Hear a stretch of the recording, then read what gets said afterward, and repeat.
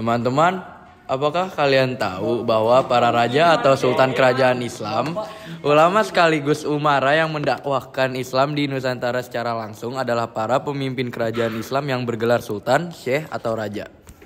Berikut merupakan kerajaan Islam di Indonesia yang memberikan andil dalam penyebaran dan perkembangan Islam di Indonesia, antara lain yang pertama, Kesultanan Perlak, Kesultanan Tidore, Kesultanan Ternate, Kesultanan Samudra Pasai, Kesultanan Gowotalo, Kesultanan Kutai Kertanegara, Kesultanan Bone, Kesultanan Melaka, Kesultanan Cirebon, Kesultanan Demak, Kesultanan Aceh, Kesultanan Seleparang, Kesultanan Banjar, Banten, Bajang, Mataram Islam, Kesultanan Bima, Kesultanan Delhi, dan yang terakhir Kesultanan Siak.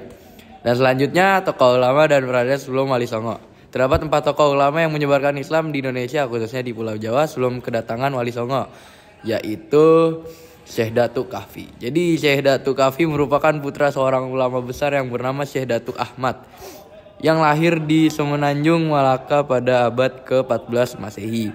Syekh Datuk Kahfi pernah menuntut ilmu di Makkah, kemudian setelah lulus melakukan perjalanan di Baghdad dan Irak untuk memperdalam keilmuannya.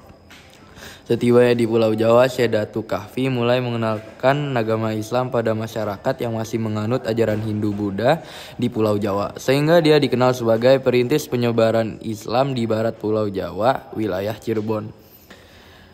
Dan selanjutnya Syekh Maulana Akbar. Syekh Maulana Akbar merupakan adik dari Syekh Datuk Kahfi yang juga berkontribusi terhadap penyebaran Islam di barat Pulau Jawa.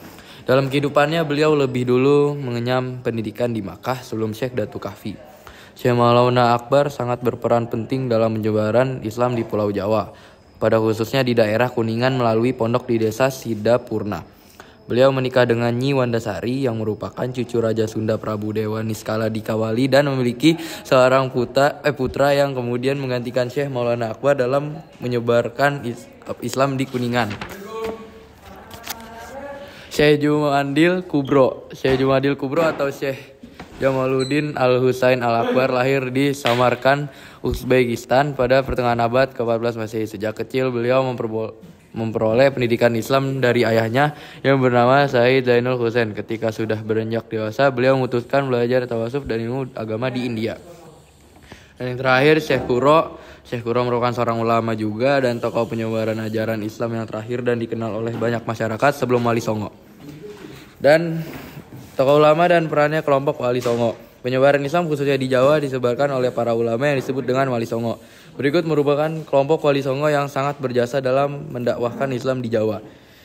Ada 9, yaitu Sunan Gresik, Sunan Ampel, Sunan Bonang, Sunan Derajat, Sunan Giri, Sunan Kudus, Sunan Muria, Sunan Kalijaga, dan Sunan Gunung Jati. Sekian, terima kasih.